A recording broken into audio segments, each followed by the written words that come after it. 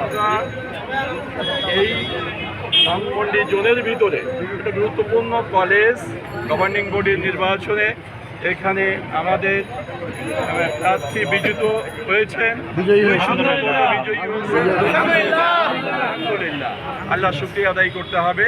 আমরা কোনো শক্তি এবং বিজয় উল্লাস আমরা প্রকাশ করব না, আমরা আল্লাহ শুকরিয়া আদায় করব।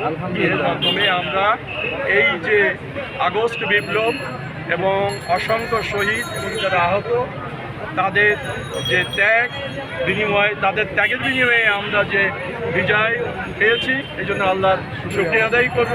এর মাধ্যমে আমরা আমাদের বিজয় উদযাপন করতে চাই। জি ইনশাআল্লাহ। আসসালামু আলাইকুম।